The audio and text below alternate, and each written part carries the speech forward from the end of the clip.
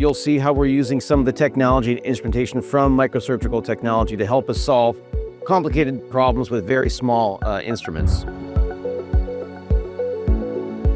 This is a patient who had cataract surgery a year or so ago. And with floppy iris, you can see a large iris defect. We tried pretty hard to put iris defects together primarily, but there's just too much iris loss to do. This is also a toric IOL. And so my plan is to open the capsular bag, not rotate the toric IOL because it's on axis. We're gonna put an artificial iris in the capsular bag. Now we'll often do this after with primary cataract surgery when there's no scar tissue and it's relatively easy to do. But when someone's had their surgery a couple years ago, it's much more challenging. So this is how much can you fit into the capsular bag and how are you gonna open it? Now something to know is we're gonna put a capsular tension ring in the eye with an IOL in it. And this is a video of me putting a CTR in after somebody had already placed a toric lens. When you place a CTR counterclockwise, what that allows you to do is miss the haptic so it doesn't tend to spin the lens. We'll see if it works here. Now this is a challenging procedure. So we've got our flexible iris retractors. We've been able to open the capsular bag by using a combination of microforceps and copious amounts of OBD, at least three. Our CTR is in and our IOL is still in the same toric axis. So we didn't move it when we put that CTR in. Now the reason we're putting a CTR in is we want to keep our equatorial forces out. So when we put our silicone iris prosthesis in, it doesn't contract on us and begin to squirt out the iris prosthesis. So this is a fiber-free iris prosthesis, pure silicone, color matched to the patient's other eye. And once this goes into the capsular bag, it's quite a large implant, even though I've tree-fined this down to probably about 9.5 to 10 millimeters. And using both a micro holder and a Snyder grasper, which are two of the micro forceps, we're able to sort of untuck or tuck in our turducken, our artificial iris, into the capsular bag and get it as secure as a primary IOL. It breaks a lot of the myths of how long do you have before you can exchange or add a device to the capsular bag. And when you have the right instruments, it can be years later and you can still put a new IOL in, take an IOL out, add a CTR, or even add a iris prosthesis if you have the right instrumentation and some patience. This is a patient that had a cut RK. She already had an IOL exchange for a missed target, and now this is her second IOL exchange.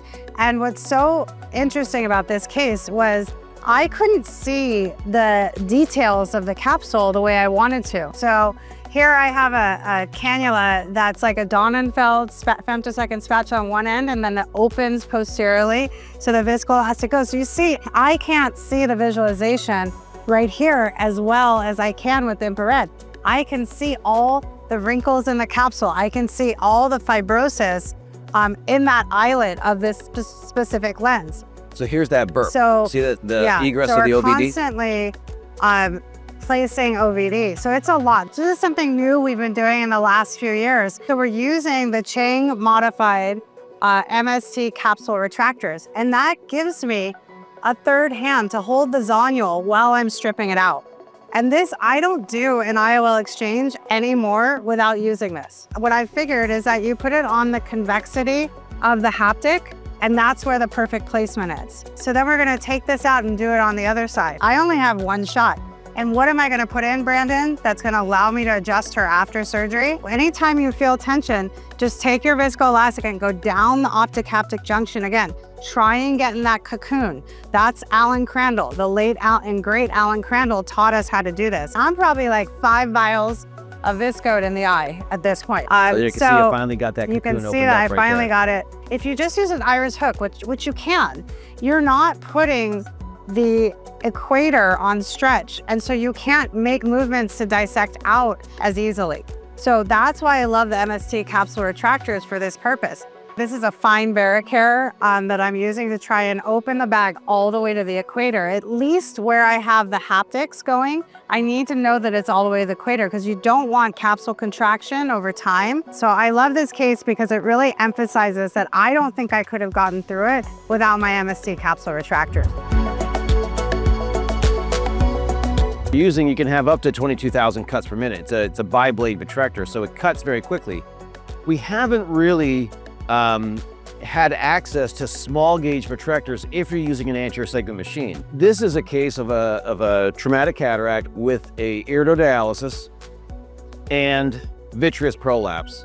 And so the mission of the surgery is get the cataract out, make sure there's no vitreous in the AC, always refilling. Whenever there's even the potential for vitreous prolapse, you treat it like it's a broken posterior capsule. So you never leave the eye without refilling with OVD. A CTR is going to go in, which is going to help lock off the periphery, but any vitreous prolapse that's there is already there. We need to get rid of it.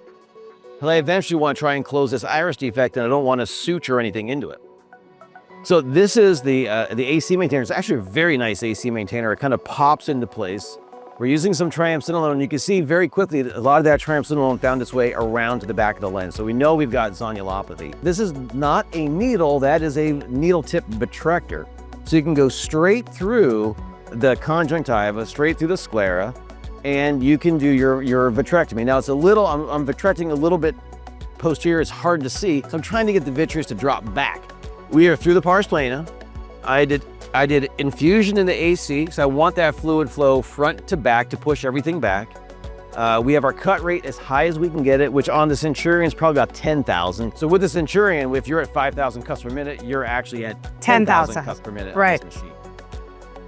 What I really enjoyed about this is you don't have to make a sclerotomy. In the study where we had 27 patients, I don't think a single patient had a Seidel positive. No, and wound. we tested. We tested with fluorescein. We also went through twice, and there was still Seidel negative.